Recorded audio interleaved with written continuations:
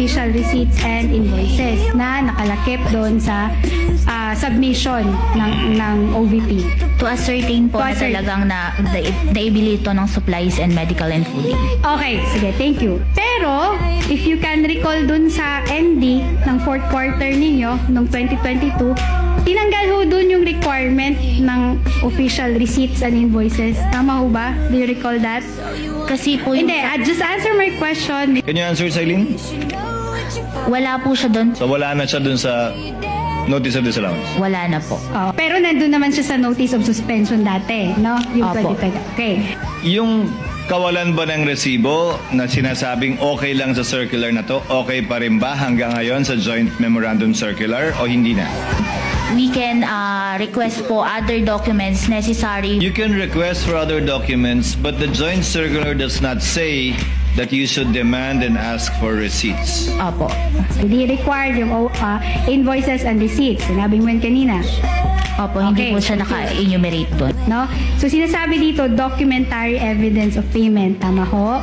Opo, tama po. Without specifying the kind of document that the agency should submit. Tama?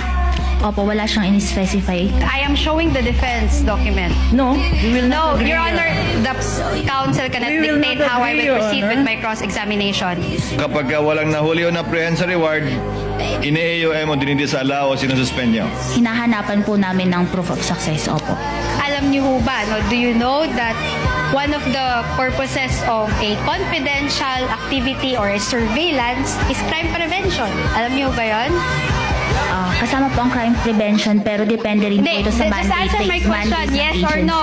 Ayon sa tanong ng council, simple lang po naman, nakalagay ba sa Joint Memorandum Circular 2015-01 na kailangan may mahuli para maging successful ang isang pagbigay ng reward or information? Wala pong nakalagay. Ang nakalagay lang po, proof of success of information gathering and or surveillance. So, interpretasyon nyo po yun na dapat may mahuli para maging successful. Based sa joint circular po ang aming basis ng audit. Pero wala nga dun eh. So, interpretasyon mo, yan at yan yung interpretasyon din ng mga nauna sa'yo sa pagkakaalam mo? Sa akin po, yun po yung naging Sa'yo lang. interpretation. Opo. Okay, pero wala bang reward kapag sinabing, okay magpunta dyan, walang problema, wala kayong kailangan alalahanin? Is that information or can that also be reward? Magpo-fall po siya sa information. Saan nyo ba binasa yung interpretasyon yung yan?